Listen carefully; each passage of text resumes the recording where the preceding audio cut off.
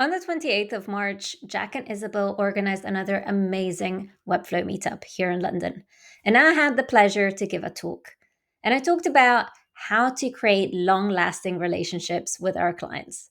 So, for any of you who couldn't make it, here's a recording of it. Speaking of, our first speaker for the night is the famous Alessia Sanazaro. She runs Code and Wonder. Woohoo! Can we get a woohoo in here? Yeah, and actually guys, I want a bit more energy. When the speakers come up, I want you guys to go fucking mental, okay? Let's try that one more time actually. Alessia Sanazaro is going to be the first speaker. Yes, that's what I'm looking for. I want more of that energy. Have some more beers if you need a bit of Dutch courage. And she runs Code and Wonder. She is a fantastic educator as well as a creator.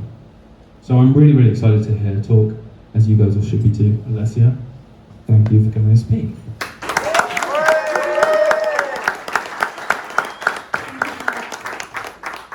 Can we give Jack another round of applause?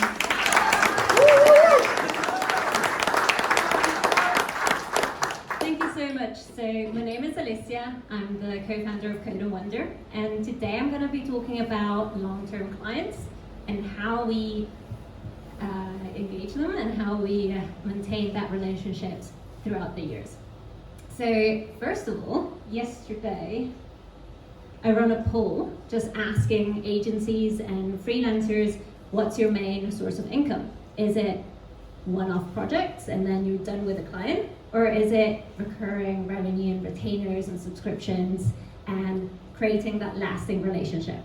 So as you can see, most of you just do the project and then finish off.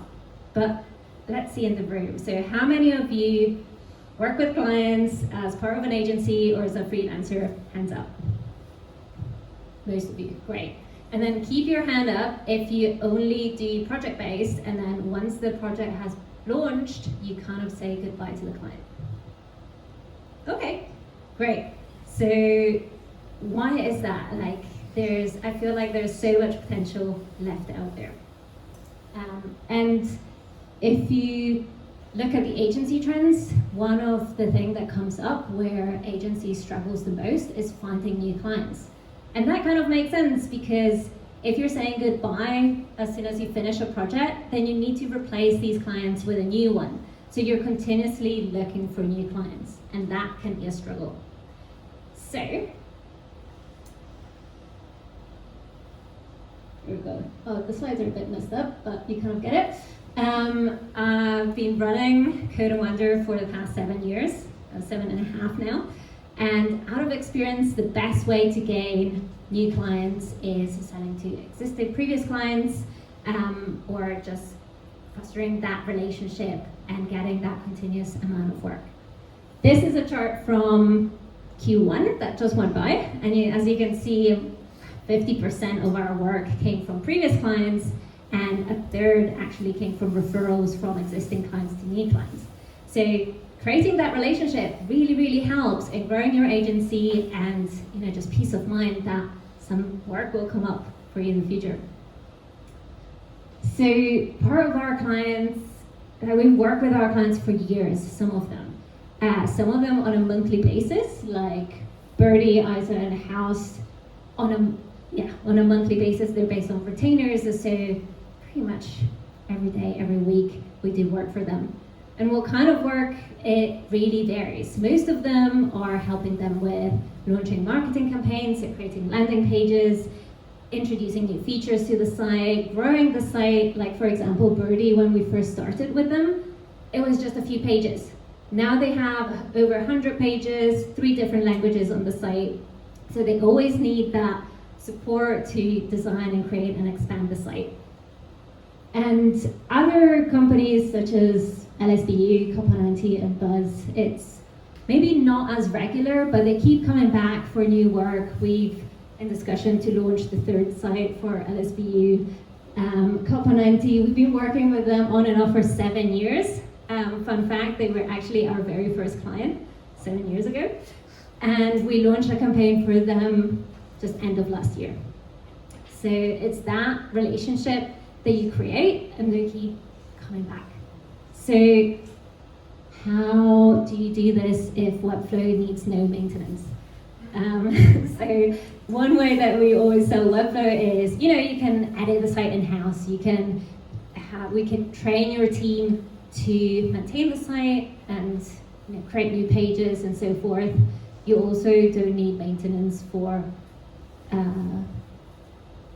security updates or all the plugins that some other builders require. So if we sell this to the client and you say, we build a site for you and then you can do everything in-house, why do they come back? How do we create that relationship that it feels like they need us to continue maintaining the site? So a few things. First of all, best practices. You're the expert in the room. The client might not know all the intricacy of Webflow development or development in general. You know the best practices of user experience and accessibility and design and everything that comes together in building the site. But one thing that strikes me is no matter how well you build the sites, this doesn't matter if you don't educate the client on what you've built.